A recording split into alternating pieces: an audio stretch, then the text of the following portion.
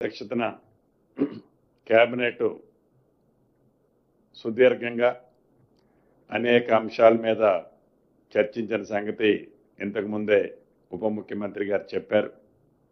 అందుట్లో ప్రధానమైనది ఉద్యోగస్తులకు సంబంధించిన సమస్య.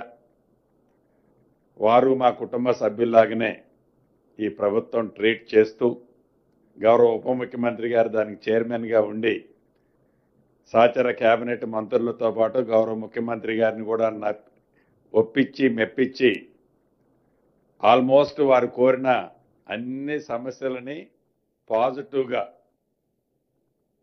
ఈ ప్రభుత్వం స్పందించే విధంగా ఇంతకుముందు వారు ఐటమ్ వేజ్గా చెప్పినట్లు ప్రభుత్వం నిర్ణయం తీసుకోవటం జరిగింది.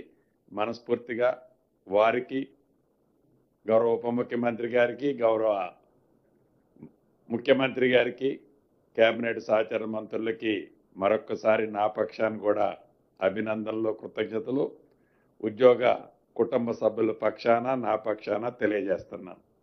ఇక ప్రధానంగా ఇవి ఉద్యోగస్తుల విషయాలు కాకుండా మరికొన్ని అంశాల మీద కూడా కేబినెట్లో చర్చించడం జరిగింది.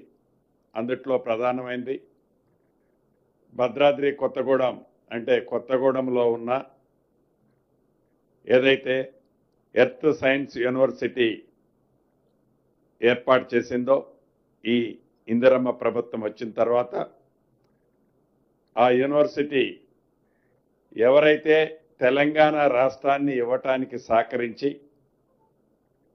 ఈనాడు మన మధ్య నుంచి దూరంగా వెళ్ళిన మాజీ ప్రధానమంత్రి గారు స్వర్గీయ మన్మోహన్ సింగ్ గారి పేరుతో ఆ యూనివర్సిటీ నామకరణం చేసిందని చెప్పటానికి మనస్ఫూర్తిగా కృతజ్ఞతలు ప్రభుత్వానికి తెలియజేస్తున్నాను. అదే రకంగా ఏవైతే ఈ స్వయం సహాయక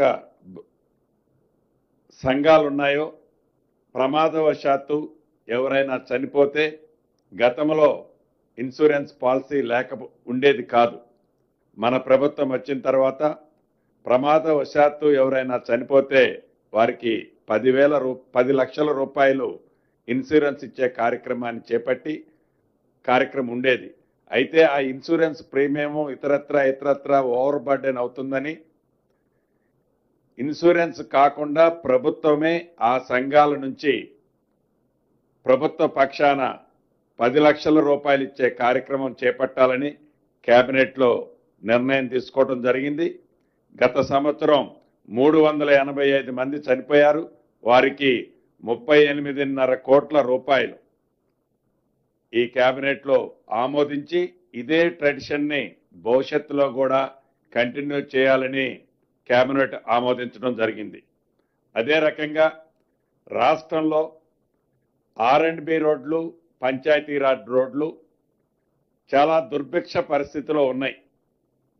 ఆనాడు 10 సంవత్సరాల్లో ఏవైతే నచ్చిన రోడ్లనే వేసుకుంటా వారికి కన్వీనియంట్గా వారి ఫామ్ హౌజులకి కన్వీనియంట్గా ఉండే రోడ్లనే ఆనాడు వేసుకోవటం జరిగింది. అలా కాకుండా ప్రతి గ్రామానికి ఒక బీటీ రోడ్డు ఉండాలని, ప్రతి గ్రామం నుంచి మండల హెడ్ క్వార్టర్కి బీటీ రోడ్డు ఏర్పాటు చేస్తూ ప్రతి మండలం నుంచి జిల్లా హెడ్ క్వార్టర్కి డబల్ రోడ్డు, ప్రతి మండలం జిల్లా నుంచి స్టేట్ హెడ్ క్వార్టర్కి 4 లైన్ రోడ్లు ఎక్కడైనా మిస్ అయి ఉన్నా, లింకులు మిస్ అయి ఉన్నా వాటన్నిటినీ ఏర్పాటు చేయాలని సుమారు R&Bలో 5,190 కిలోమీటర్లు, పంచాయతీరాజులో 7,947 కిలోమీటర్లు మొదటి విడత వీటిని యుద్ధ ప్రాతిపదిక మీద హ్యామ్ మోడ్లో చేపట్టాలని కూడా కేబినెట్ నిర్ణయించడం జరిగింది.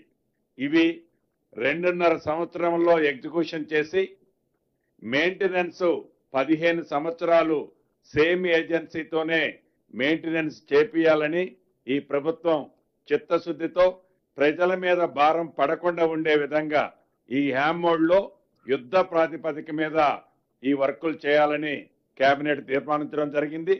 అదే రకంగా రోజు రోజుకి హైదరాబాద్ మెట్రోపాలిటన్ సిటీ ఈ విపరీతంగా ఇంటర్నేషనల్ గా నేషనల్ గా వచ్చే ఈ క్రౌడ్ ఇతరత్ర గ్రీన్ సిటీగా ఉంచాలి అని మరింత మెట్రోని ఎక్స్టెన్షన్ చేయాలని ఈరోజు కేబినెట్ లో తీర్మానించడం జరిగింది. దీంట్లో భాగంగా కారిడార్ 1 శంషాబాద్ ఎయిర్పోర్ట్ నుండి ఫ్యూచర్ సిటీ వరకు 39.6 kilometres, corridor 2 Jubilee bus station నుండి మేడ్చల్ వరకు 24.5 kilometres, corridor 3 Jubilee bus station నుంచి షామీర్పేట వరకు 22 కిలోమీటర్లు రమారమి మొత్తము కలిసి సుమారుగా 86 కిలోమీటర్లు 19,579 కోట్లతో 86.1 కిలోమీటర్లు 19,579 కోట్లతో ఈనాడు కేబినెట్ ఆమోదించడం జరిగింది. ఇది కేంద్ర రాష్ట్ర ప్రభుత్వ భాగస్వామ్యంతో ప్రపోజల్ కేంద్ర ప్రభుత్వానికి పంపించాలని కూడా కేబినెట్ లో నిర్ణయించడం జరిగింది.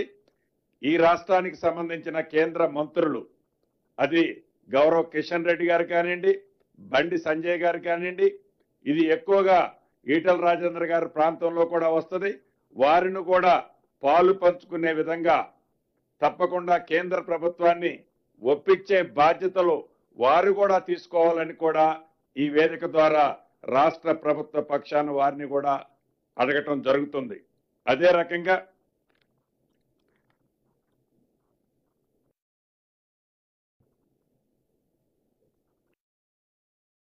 ఇంకా ప్రధానమైన అంశాలు ఇందాక మేజర్ డిబేట్ ఉద్యోగస్తులకు సంబంధించిందే మాట్లాడటం జరిగింది.